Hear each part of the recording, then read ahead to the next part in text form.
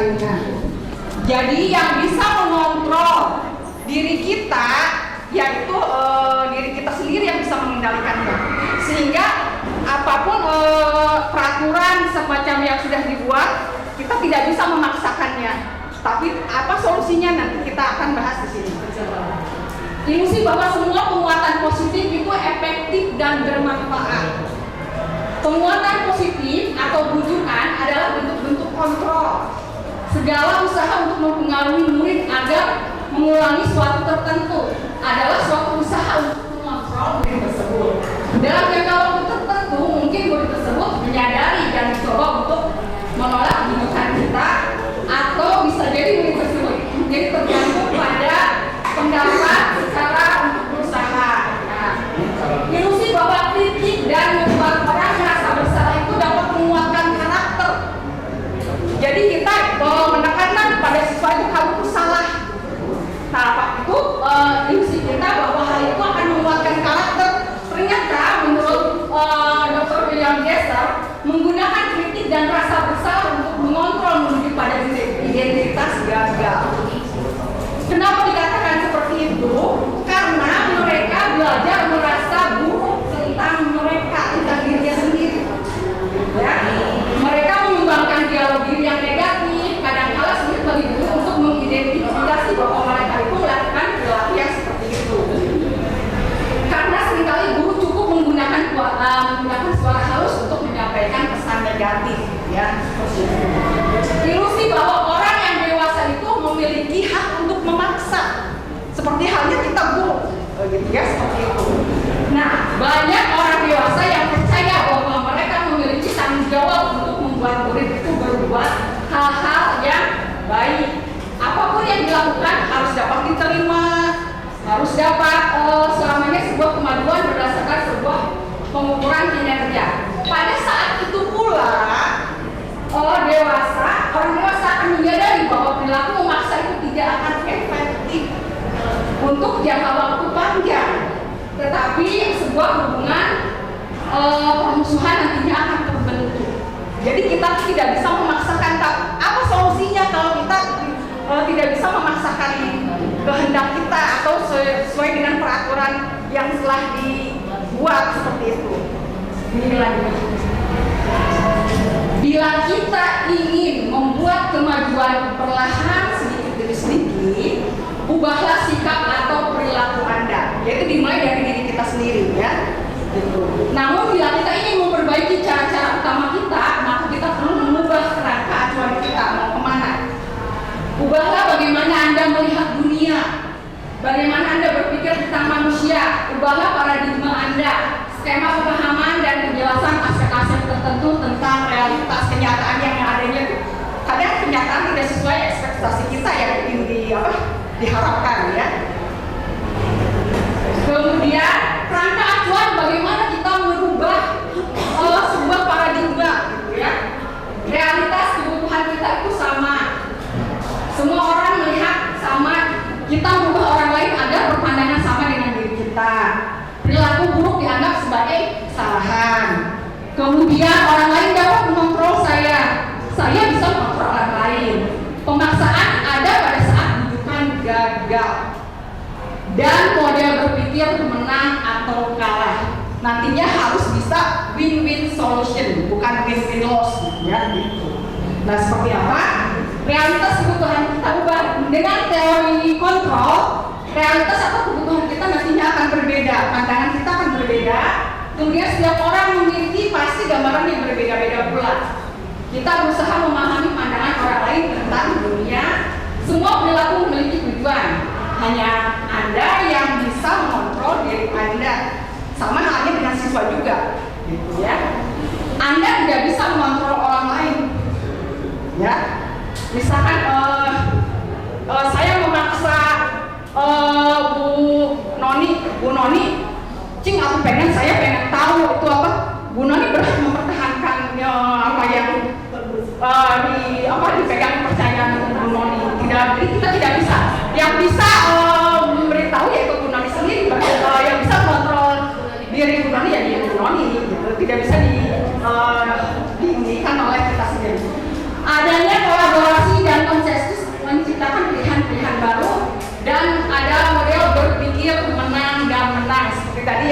bilang bahwa win-win solution, bukan win-win loss gitu, atau win loss seperti itu.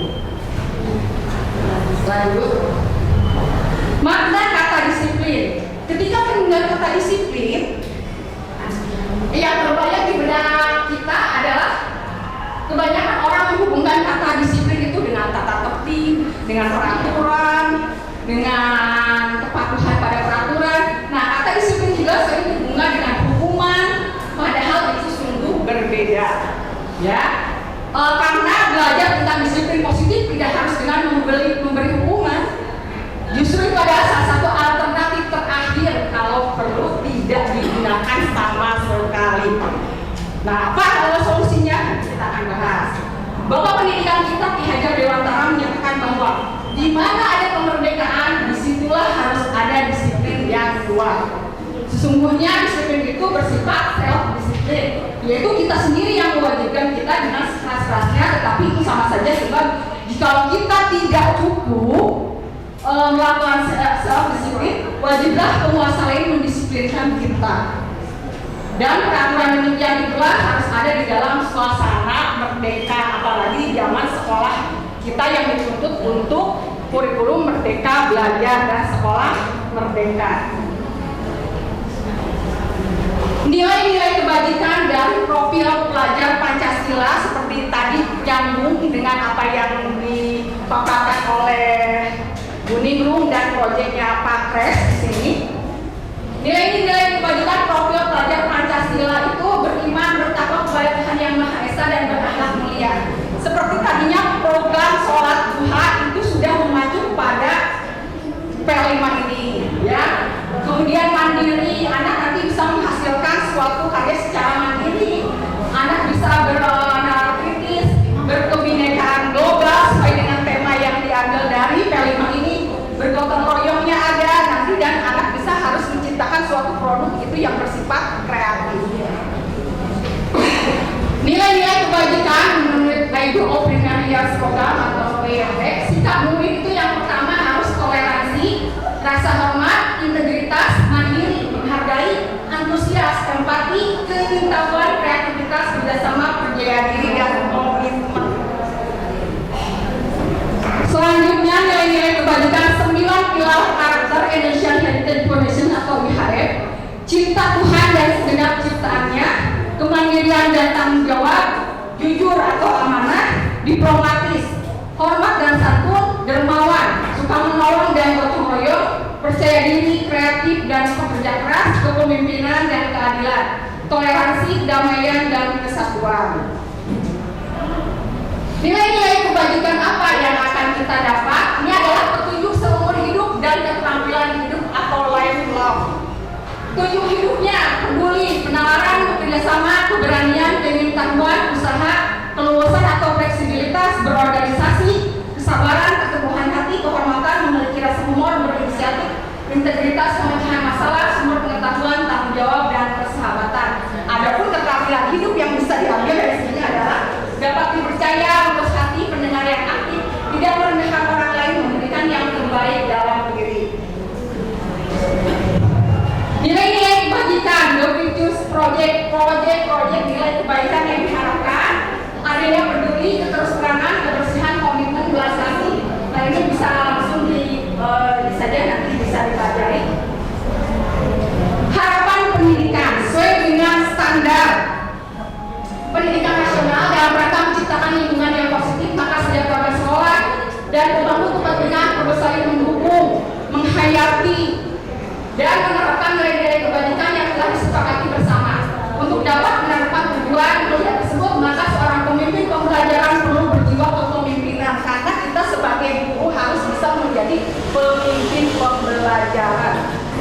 Ya, tujuan mulia dari penerapan disiplin positif agar terbentuk murid-murid yang berkarakter, disiplin, santun, jujur, peduli, bertanggung jawab, dan merupakan pembelajar sepanjang hayat sesuai dengan standar kompetensi lulusan yang diharapkan, yaitu yang dinamakan profil pelajar Pancasila. Itu pelajar yang sepanjang hayat berpendidikan.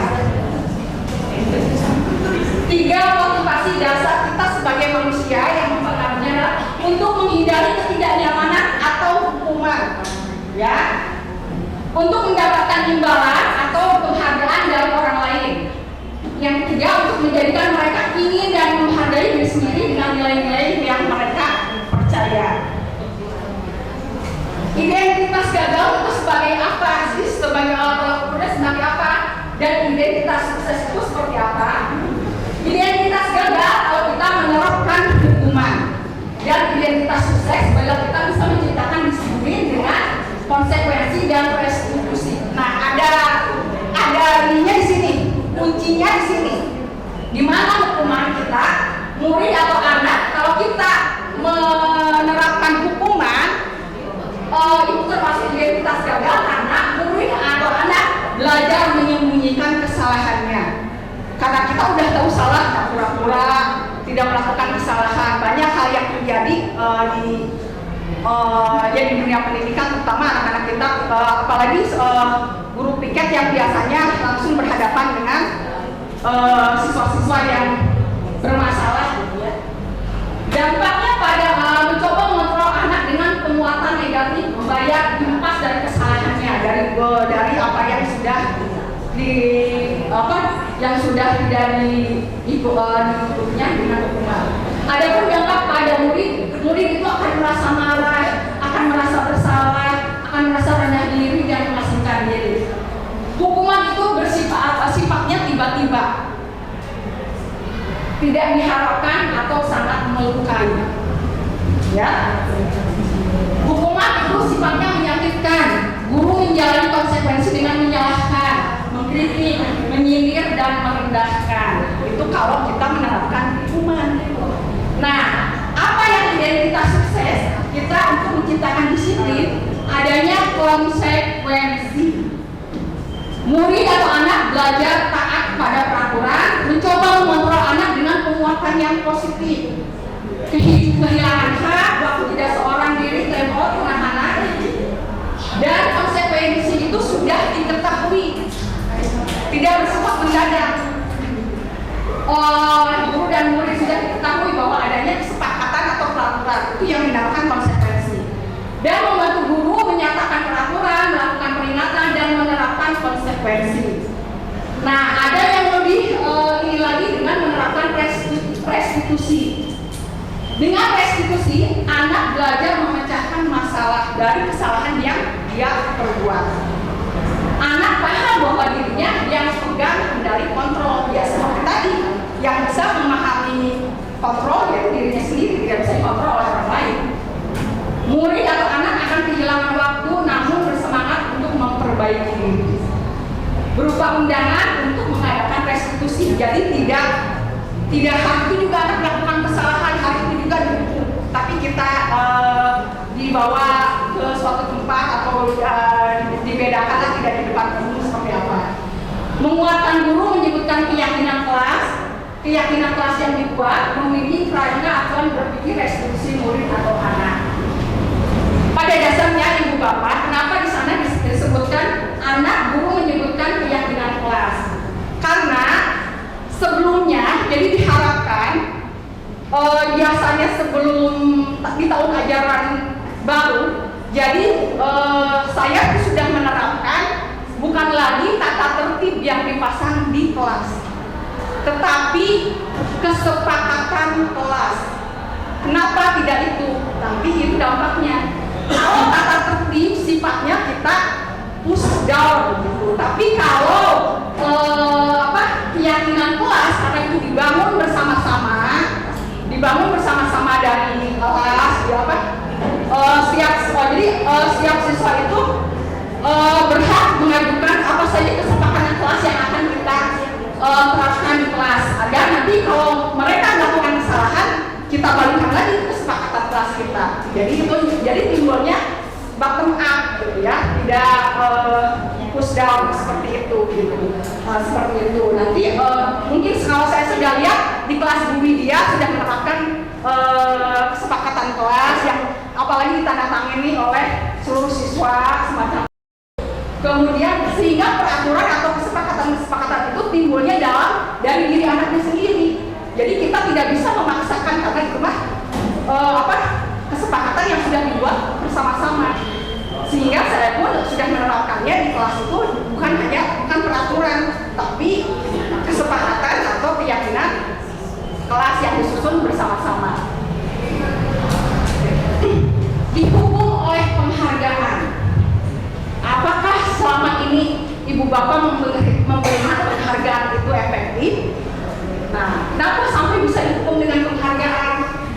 Menurut Alfikon, saat kita berulang kali menjanjikan hadiah kepada anak berperilaku bertanggung jawab atau pada seorang murid akan melakukan pekerjaan yang berkualitas, kita sedang berasumsi mereka tidak dapat melakukannya atau mereka tidak akan memilih untuk melakukannya. Sebagai kasus contoh ini, siapa yang bisa mengerjakan PR tugas ini silahkan maju ke depan. Saya beri nih penghargaan 10.000. Anak sehingga tertarik untuk tidak mengaku seperti itu. Kemudian kita lagi penghargaan pada berikutnya. Nah, sekarang siapa lagi pada sesi ini siapa yang bisa mengerjakan? Saya kasih 5.000. Anak itu kan pasti nggak mau. Ngapain ngerjain yang ini kemarin aja 10.000, masa sekarang 5.000? Jadi Anda kalau dukung dengan penghargaan seperti itu tidak akan termotivasi. Itu yang dimaksud dengan dukung dengan penghargaan. Kemudian pengaruh jangka pendek dan jangka panjang. Penghargaan itu efektif jika kita menginginkan seorang melakukan sesuatu yang kita inginkan dalam jangka waktu yang pendek saja. Jika kita menggunakan penghargaan lagi dan lagi, kayak seperti tadi, hari ini dikasih 10.000, besok dikasih 5.000, pasti nggak mau. Anak akan kerjakan, nggak mau, kemarin aja 10.000, sekarang dikasih 5.000, gitu ya. Serta kehilangan motivasi dalam diri sendiri, sehingga tidak ada motivasi kuat untuk menyelesaikan atau berpikir kritis. Kita mendapatkan penghargaan untuk melakukan sesuatu yang baik, maka selain kita senantiasa berharap mendapatkan penghargaan tersebut tadi, kita pun juga tidak menjadi tindakan baik yang kita lakukan. Kemudian lanjut, penghargaan merusak hubungan.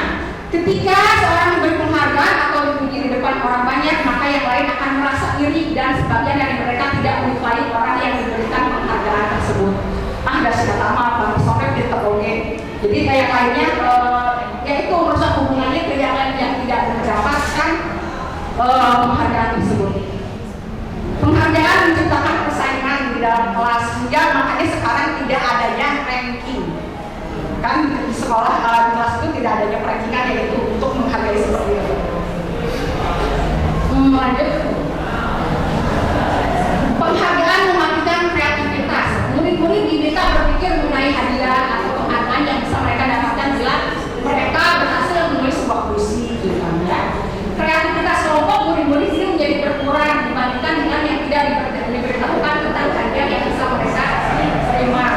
Jadi mereka tuh mau karena ada hadiahnya. Sementara kalau tidak dikasih hadiah, mereka tidak merasa termotivasi.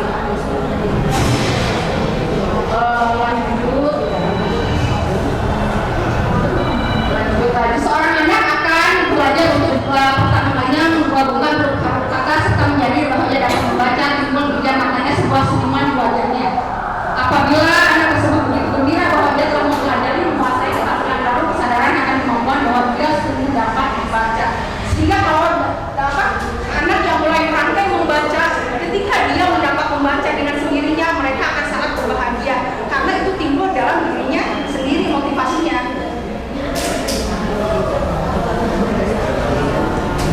Nah, ini restitusi sebuah pendekatan untuk menciptakan disiplin positif. Ya, sebagai seorang guru, ketika murid Anda melakukan kesalahan, tindakan mana yang Anda lakukan? Apakah menunjukkan kesalahan dan memintanya melihat kesalahannya secara baik-baik? Apakah mengatakan kamu seharusnya tahu bagaimana kamu seharusnya bertindak? Atau mengingatkan murid Anda akan kesalahannya yang sama di waktu sebelumnya? Atau bertanya padanya, kenapa kamu melakukan sesuatu yang harus tidak kamu lakukan? Atau mengkritik dan mendiamkannya? Restitusi sebuah cara menanamkan disiplin positif pada murid. Yang pertama, restitusi adalah proses menciptakan kondisi baik untuk memperbaiki kesalahan mereka. kelompok mereka dengan karakter yang lebih kuat menurut dosen pada tahun 2004. Yang pertama, restitusi bukan menebus kesalahan, tetapi untuk belajar dari kesalahan. Kemudian restitusi akan memperbaiki hubungan, dan restitusi adalah tawaran bukan paksaan. Jadi seperti yang tadi, kita tidak bisa memaksakan pada orang lain. Restitusi menuntut untuk melihat ke dalam diri kita sendiri. Kemudian restitusi mencari kebutuhan dasar yang mendasari tindakan.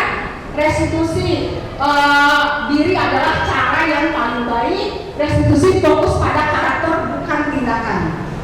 Ya, restitusi menguatkan dan fokus pada solusi. Restitusi mengembalikan murid berbuat salah pada kelompoknya. Mengapa harus adanya keyakinan kelas seperti tadi yang dibuat, bukannya peraturan? Ya. Keyakinan kelas itu bersifat lebih abstrak daripada peraturan yang lebih rinci dan konkret. Keyakinan kelas itu berupa pernyataan-pernyataan yang universal, seperti misalkan datang pukul 6.45. Tapi dengan keyakinan kelas cukup hadir tepat waktu di kelas. Nah, seperti itu. Pernyataan keyakinan kelas yang biasa dibuat dalam yang bentuk positif. Keyakinan kelas hendaknya tidak terlalu banyak sehingga mudah diingat dan dipahami oleh semua warga kelas. Saya pun hanya mencoba menerapkan hanya 7 poin saja. Yang pertama, hadir tepat waktu di kelas. Seperti itu. Nah, sehingga mereka tuh, yaitu yang bersifat universal itu seperti itu, sehingga mereka bisa berpikir lebih luas lagi. Dan seperti apa adanya hadir tepat waktu di kelas, terapkan 5S, senyum, sapa, salam, sopan, santun. Terus silih asa, silih asuh, silih asa, silih asih, dan silih asuh. Nah, itu yang diterapkan. Sehingga mereka pun berpikir, oh bahwa kita dengan berkolaborasi atau dengan teman yang lainnya itu sudah bisa menerapkan silih asa, silih asih, dan silih asuh. Kemudian keyakinan kelas sebaiknya sesuatu yang dapat diterapkan di lingkungan kelas tersebut. Jadi tidak kita membuat kelas kedisiplinan keyakinan kelas di sekolah ini, tapi diterapkannya di kelas 10 di kelas yang lain. Tidak bisa, karena harus diyakini oleh kelas yang tersebut. Semua warga kelas hendaknya ikut berkontribusi dalam pembuatan keyakinan kelas lewat kegiatan curah pendapat. Nah, tapi caranya gimana? Setiap anak disuruh menulis apa saja keyakinan kelas, tempelkan, akan tulis semua apa yang hal yang diinginkan kesepakatan mereka, tulis di tempelkan semua. Nah, nanti kita rangkum, nanti kita sepakati bersama-sama apa yang menjadi kebijakan yang dipersalahkan di sana. Kemudian bersedia meninjau kembali kelas. Bersedia meninjau kembali keyakinan kelas dari waktu ke waktu agar mereka teringat, sehingga pada saat membuat kesalahan mereka dikembalikan lagi pada tinjau kembali keyakinan kelas yang mereka buat. Jadi dibuat oleh mereka, untuk mereka dan oleh mereka dan untuk mereka. Contoh keyakinan kelas. Keyakinan kelas 1, setiap anggota kelas itu perlu belajar. Setiap anggota kelas perlu senang. Setiap anggota kelas perlu melakukan tugas. Setiap anggota kelas perlu saling menghargai. Setiap anggota kelas perlu merasa nyaman. Di sana nantinya terjabar. Oh, nyamannya itu seperti apa? Anggota kelas perlu saling menghargai, yaitu tidak adanya nanti koyok-koyok dan semacam itu, tidak adanya bullying seperti itu, ya. Anggota kelas perlu melakukan tugas. Secara otomatis dia sudah tahu konsekuensinya apa kalau tugas, kalau tidak melakukan tugas. Contoh keyakinan kelas 5, saling bersikap positif, senantiasa menjadi diri terbaik, percaya dan menghormati orang lain serta barang miliknya, berkomitmen terhadap tugas, senantiasa membantu, hormat, usaha, ada hormat, ada bekerja, ada merasa bagaimana kita menerapkan rasa diterima dan memiliki. Contoh banyak keyakinan kelas yang nanti bisa diterapkan di kelasnya masing-masing.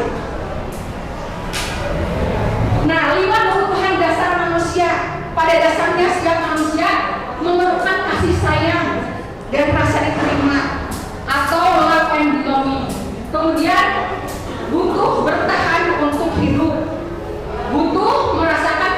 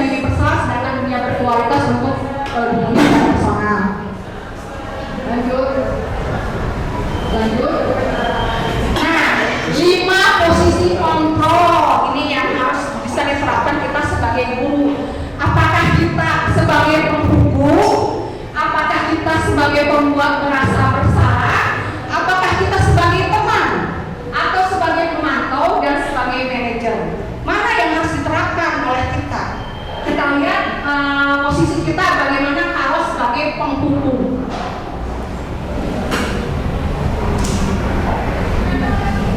Penghukum, nada suara tinggi, bahasa tubuh, matanya melotot.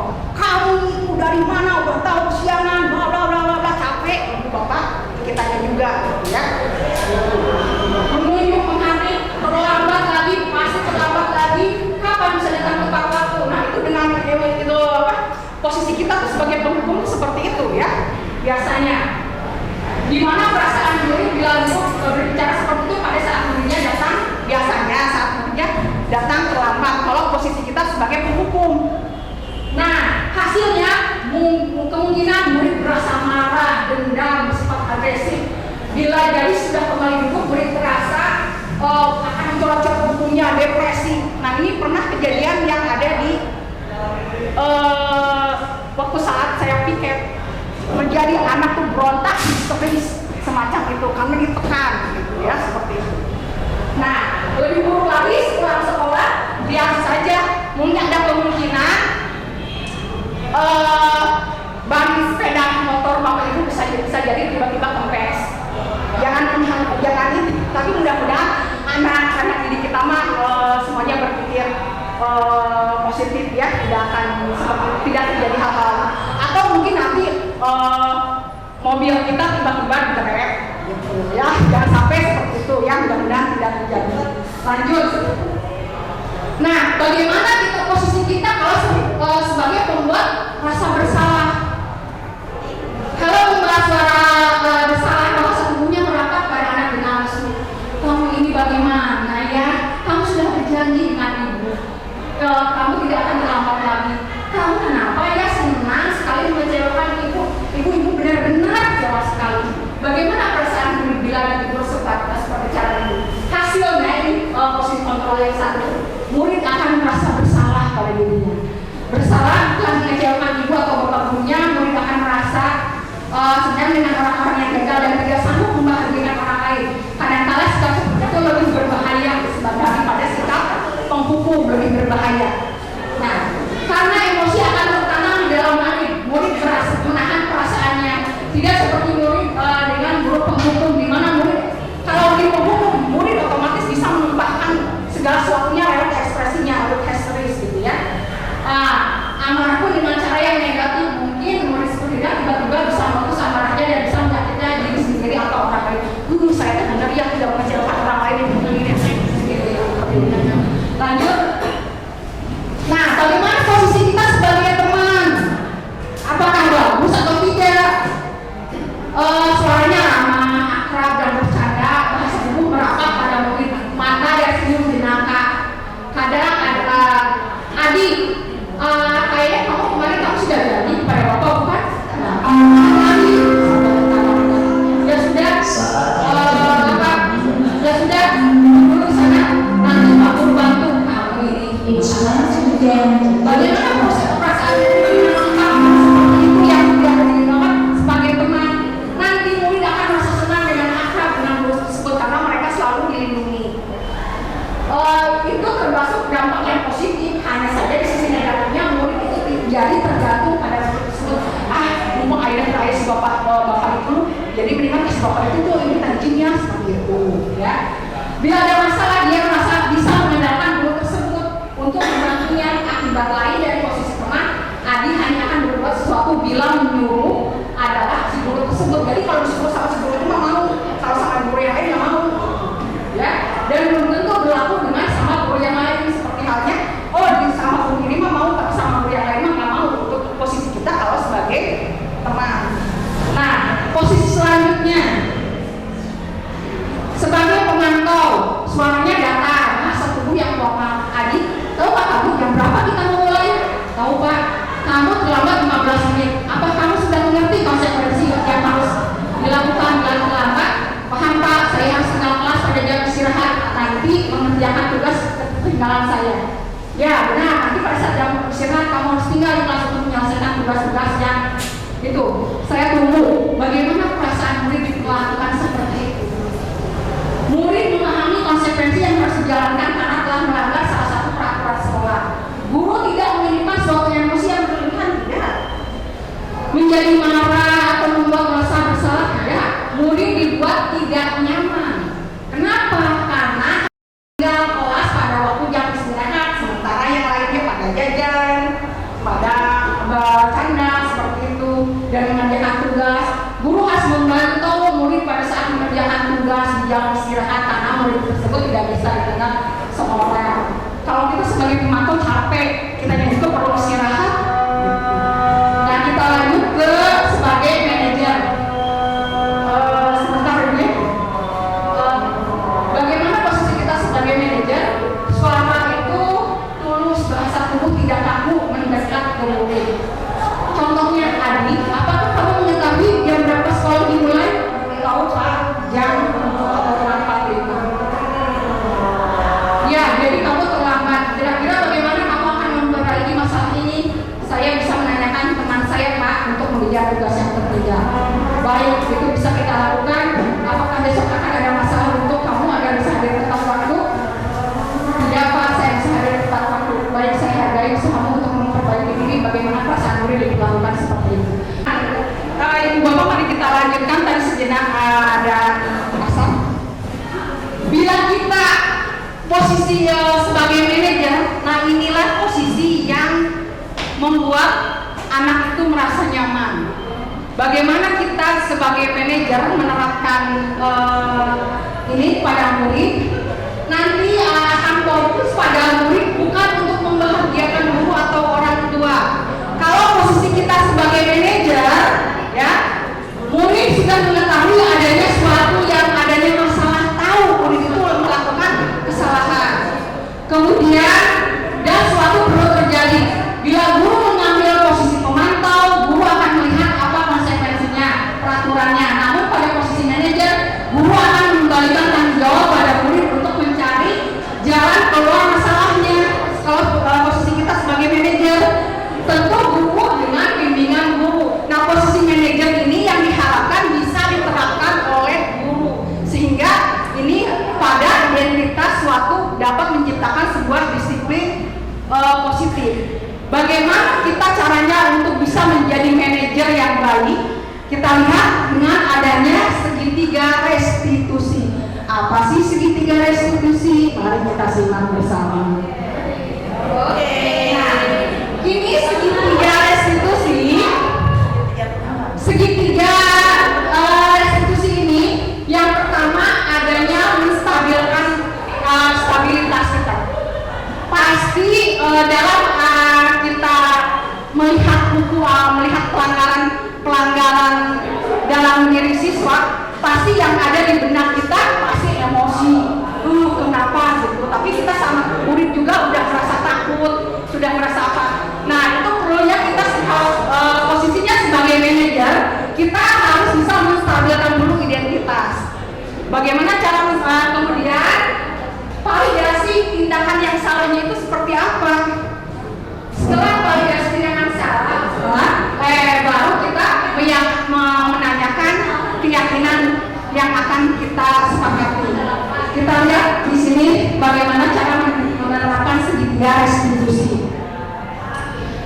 Sisi 1, menstabilkan identitas. Bagian dasar dari segitiga bertujuan untuk mengubah identitas anak dari orang yang gagal karena melakukan kesalahan menjadi orang yang sukses. Ya, anak yang melanggar peraturan karena sedang mencari perhatian adalah anak yang sedang mengontrol dari kegagalan itu sendiri. Dia mencoba untuk memenuhi kebutuhan dasarnya, namun ada benturan. Kalau kita mengkritik dia, maka kita akan tetap membuatnya dalam posisi gagal. Kalau kita ingin dia menjadi reflektif, maka kita harus menyadarkan si anak dengan mengatakan kalimat-kalimat di bawah ini. Dan ini kata-kata bijak yang untuk bisa menstabilkan identitas anak dulu. Berbuat salah itu tidak apa-apa. Setiap manusia pasti pernah melakukan kesalahan. Atau saya juga pernah melakukan kesalahan seperti itu. Atau kita bisa menyelesaikan masalah ini. Apakah kamu sedang menjadi teman yang baik buat diri kamu sendiri? Nah, itu tanyakan lagi, stabilkan dulu emosinya atau identitasnya seperti apa, ya. Kemudian kamu berhak merasa seperti itu. Itu ada kalimat-kalimat yang bisa diterapkan untuk menstabilkan identitas dalam segitiga restitusi. Lanjut.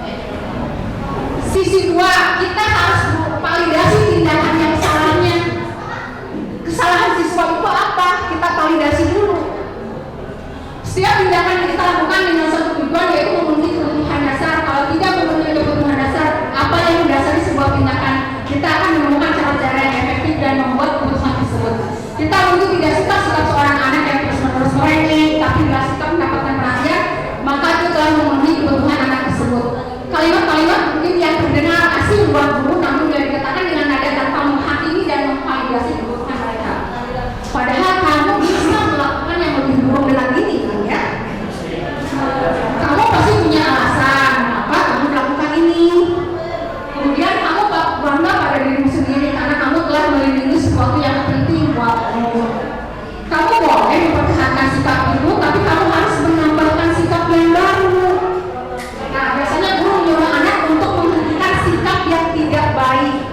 Ya, teori kontrol ini mengatakan bahwa represi tidak maju, mungkin tindakan guru dengan memvalidasi sikap yang tidak baik seperti bertentangan dengan aturan yang ada, namun sebetulnya tujuannya untuk menunjukkan bahwa guru memahami alasan yang baik dari tindakan murid tersebut.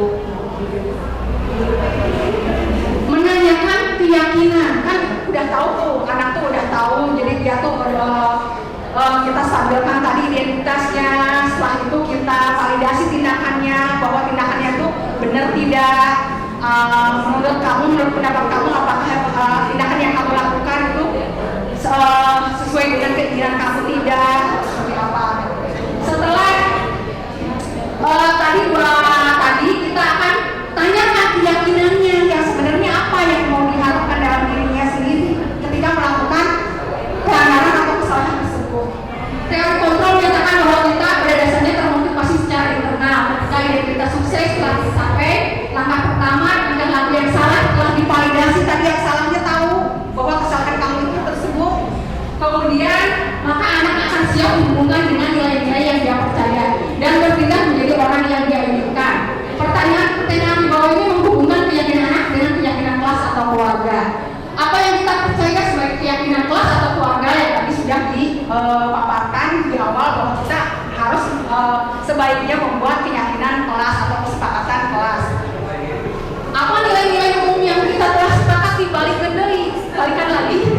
balikan lagi pada keyakinan kelas yang telah dibuat, sehingga mereka tuh sadar apa yang mereka buat itu dilanggar, itu kita balikan lagi. Apa bayangan kita tentang kelas yang ideal seperti apa sih seharusnya? Tanyakan solusinya apa untuk mengatasi tadi tindakan-tindakan yang salah tersebut. Kamu mau jadi orang yang seperti apa? Pasti kan semua orang pasti ingin menjadikan sesuatu yang lebih baik. Pentingnya untuk menanyakan ke anak kehidupan seperti apa nantinya yang mereka inginkan. Apakah kamu ingin menjadi orang yang sukses, bertanggung jawab, atau bisa dipercaya? Kebanyakan anak akan mengatakan iya, tapi mereka tidak tahu bagaimana caranya menjadi orang yang seperti itu. Guru dapat membantu dengan bertanya seperti apa jika mereka menjadi orang seperti itu. Ya, anak sudah mendapat gambaran yang jelas tentang seperti apa yang mereka inginkan. Guru dapat membantu anak-anak tetap fokus pada gambaran tersebut. Lanjut, nah itulah pemaparan yang saya dapat sampaikan, sehingga ibu bapak guru nanti mulai bisa menerapkan mau posisi kontrol sebagai apa? Apakah sebagai penghukum, pembuat merasa bersalah, sebagai teman, sebagai pemantau, atau sebagai manajer? Ya, silahkan itu dikembalikan lagi pada ibu bapak guru yang mudah-mudahan tadi posisi sebagai penghubung akan menentukan identitas kegagalan dan apa konsekuensinya, seperti itu. Nah, pemaparan saya demikian. Mungkin kita buka sesi pertanyaan. Mungkin di antara bapak ibu guru ada yang ingin ditanyakan, mangga silahkan. Oh ya, Bu Siska atau Bu Nurul, silakan. Mana? Oh, ada yang lain. Terima kasih atas waktunya dan bilang tentunya kita mendapatkan info tentang bagaimana cara memberikan hukuman kepada peserta didik tentunya. Nah, setelah yang dipaparkan juga, berikut ada pertanyaan yang ingin saya sampaikan, bahwa apakah ada dampak lain jika kita menerapkan hukuman kepada peserta didik? Oh iya, terima kasih atas pertanyaannya, Miss Siska. Nah, apakah kita ada dampak lain selain tadi yang sudah dipaparkan terhadap siswa jika kita menerapkan hukuman? Kita ambil contoh kasus pelanggaran siswa yang sering terjadi. Siswa menginginkan bahwa mengharapkan siswa itu bersepatu hitam, itu kan? Nah, tetapi ketika anak melanggar, kalau kita menghukum karena sesuai peraturan yang berlaku, maka anak silahkan jika anak tersebut bersepatu di luar warna hitam, silahkan nyeker, kalau tidak salah ya nyeker semacam itu, atau bertelanjang kaki ya, sehingga sepatunya disimpan. Nah itu kan tadi kita sebagai penghukum. Apakah ada dampak lain? Nah kita sebagai itu sesuatu dilema yang di satu sisi kita harus bisa menerapkan disiplin positif untuk keberagaman kebersamaan. Tapi apakah kita sudah memikirkan anak dengan bertelanjang kaki ketika tiba-tiba ada di kelasnya itu ada ubin yang retak sehingga anak tersandung, sehingga kakinya lecet, bahkan sampai menimbulkan kelumpuhan, kita akan menjadi bumerang. Nah, jadi diusahakan dampak-dampak yang kita tidak pikirkan ke depannya bisa diminimalisir. Mungkin di satu sudut, di satu sisi itu yang akan berdampak sisi positifnya tapi kita juga perlu memikirkan lebih jauh. Ya. Nah, sebaiknya solusinya apa yang tepat? Secara peraturan mungkin anak seperti itu.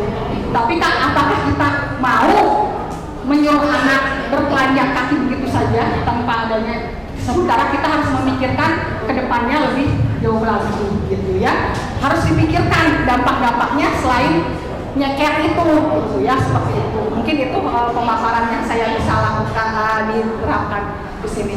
Terima kasih Bu Sisa, mudah-mudahan tidak puas, nanti kita bisa saling berkolaborasi dan bisa diterapkan nanti budaya positifnya ya. Ada pertanyaan lagi? Silakan. Oh iya Bu Nurul, silakan, mangga Bu Nurul. Terima kasih atas Berdiri aja belum yang kelihatan. Terima kasih Bu Nurul. terima kasih Bu Mira atas kesempatannya dan waktunya untuk saya bertanya. Ini terkait masalah hukuman kepada siswa ya kan. Saya juga sering dengar ya dari orang tua zaman dulu kalau misalkan kita nggak mengerjakan tugas biasanya disuruh tulis 100 kali atau ada posisi yang dibutuhkan lagi atau apa. Apakah itu termasuk hukuman atau konsekuensi pada siswa? Terima kasih. Iya, terima kasih pertanyaannya Bu Nurul. Nah, ini seperti kasus Bu Nurul mungkin karena siswa tidak mengerjakan PR, tugas apalagi matematika yang kayaknya begitu sulit katanya ya gitu ya, padahal bagi gurunya mudah gitu. Nah, ketika siswa tidak mengerjakan PR, kemudian siswa itu dikasih hukuman, kamu silakan tulis rumus efisien kuadrat seperti itu sebanyak 100 kali. Nah, kita pikirkan apakah hukuman itu timbulnya dalam keinginan kita atau keinginan anak atau sesuai kesepakatan. Karena yang terjadi itu adalah sebuah hukuman yang timbulnya dalam diri seorang guru, tidak dikehendaki kan oleh siswa. Nah, itu jadi itu bersifatnya hukuman, sehingga tadi dampaknya ya seperti itu. Siswa dan paling hukuman paling kita nanti bahkan lagi seperti ini, pokoknya asal kerjaan itu, asal 100 rumus itu tuntas, jadi hanya menyelesaikan hanya pada tahap itu saja, tidak akan memberikan solusi ke depannya kalau kita menerapkan sebagai hukuman gitu. Mungkin pemaparan saya seperti itu. Mungkin nanti kita bisa lebih sharing lagi, lebih bisa berkolaborasi lagi untuk bisa menerapkan budaya positif yang akan diterapkan nanti di sekolah kita ini. Ibu Bapak, berhubung waktunya sudah larut, terima kasih atas waktu dan kesempatannya saya untuk berbagi. Mudah-mudahan materi ini sangat bermanfaat bagi kita semua sebagai guru dan pendidik untuk bisa menerapkan budaya positif di sekolah. Untuk itu saya mohon maaf atas segala kekurangan atau kesalahan kata yang telah saya lakukan.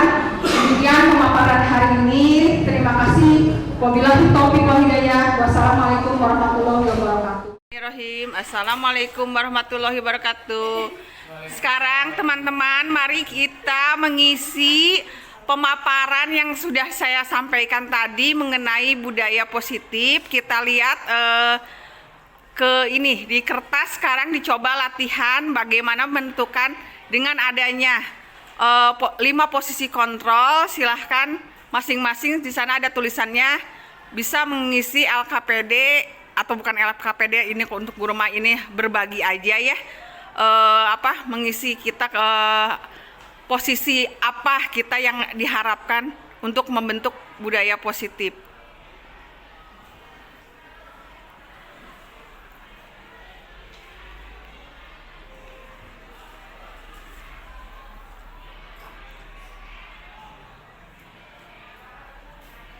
Silahkan bisa mengisi di sana yang sudah ada, sejauh mana pemahaman kita mengenai 5 posisi kontrol guru yang sudah tadi dipaparkan.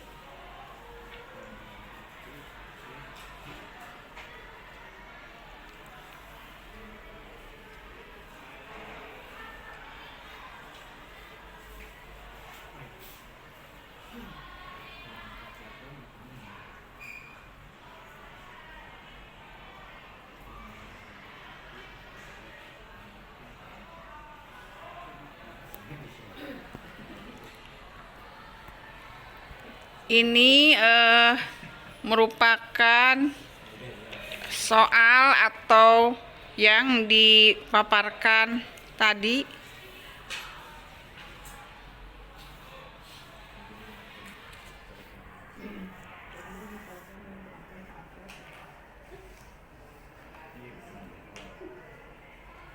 Bismillahirrahmanirrahim. Assalamualaikum warahmatullahi wabarakatuh.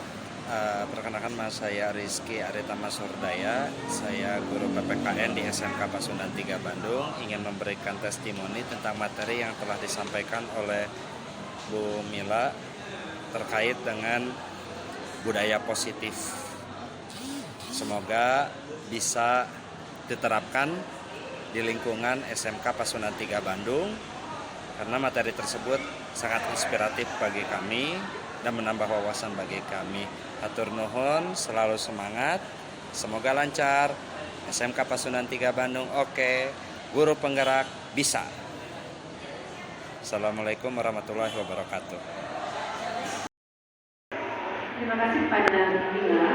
Tentunya pemaparan disampaikan oleh beliau tentang budaya positif yang disosialisasikan oleh Bila tentunya sangat bermanfaat dan mudah-mudahan dapat disosialisasikan di sekolah kita. Terima kasih. Halo, saya Menoviana. Di sini saya akan memberikan testimoni tentang pemaparan yang disampaikan oleh Ibu Mila tentang budaya positif. Semoga budaya positif ini dapat bermanfaat dan bisa diterapkan di SMK Pasundan 3 Bandung. Terima kasih. Assalamualaikum warahmatullahi wabarakatuh. Saya Indra Bahari. Di sini saya akan memberikan testimoni pemaparan dari Bu Mila sebagai calon guru penggerak mengenai diseminasi implementasi budaya positif yang sangat bermanfaat sekali dan berguna dan bisa diimplementasikan di SMK Pasundan 3 Bandung. Terima kasih. Assalamualaikum warahmatullahi wabarakatuh. Perkenalkan, saya Asti Silningsi, guru dari SMK Pasundan 3 Bandung. Saya akan memberikan testimoni mengenai pemaparan yang telah dipaparkan oleh Bu Mila Marliani mengenai budaya positif. Pemaparan yang disampaikan begitu bermanfaat dan insya Allah akan dan bisa diimplementasikan di sekolah ini. Semangat untuk Ibu Marliani, semoga sukses menjadi guru penggerak. Assalamualaikum warahmatullahi wabarakatuh. Perkenalkan, nama saya Rosalin Sandra Andrisa. Saya guru di SMK Pasundan 3 Bandung. Sekarang saya akan memberikan sedikit testimoni mengenai pemaparan yang sudah diberikan oleh Bu Mila Marliani mengenai diseminasi implementasi budaya positif dan 5 posisi kontrol guru. Nah, itu sangat bermanfaat untuk diimplementasikan di sekolah kami. Semoga Bu Mila sukses ke depannya sebagai calon guru penggerak. Terima kasih. Assalamualaikum warahmatullahi wabarakatuh. Perkenalkan, nama saya Ilham Firdaus, guru di SMK Pasundan 3 Bandung, selaku guru produktif administrasi perkantoran.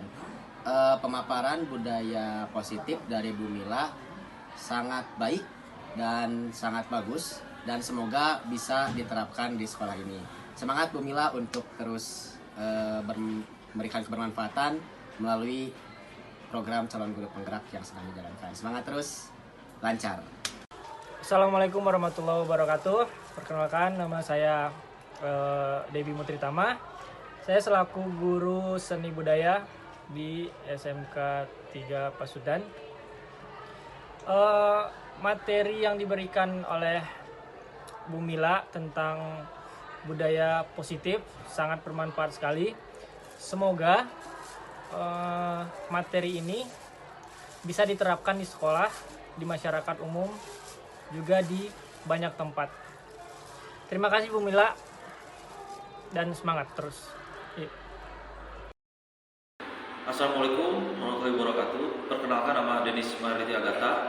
Di sini saya akan memberikan testimoni untuk Bu Mila Marliani SPD mengenai diseminasi implementasi budaya positif dan 5 posisi kontrol guru yang sangat bermanfaat untuk implementasi pembelajaran di sekolah, khususnya di SMK Pasundan 3 Bandung. Semangat untuk Bu Mila terus berkarya menjadi calon guru penggerak hebat.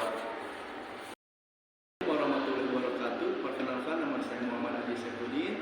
Saya memberikan testimoni tentang diseminasi implementasi budaya positif dan 5 posisi kontrol guru yang dipaparkan oleh Ibu Mila Marliani SPD sebagai calon guru penggerak sangat bermanfaat untuk bisa diimplementasikan di sekolah, terutama di SMK Pasundan 3 Bandung. Semangat terus buat Bu Mila, semoga lancar, pasti bisa.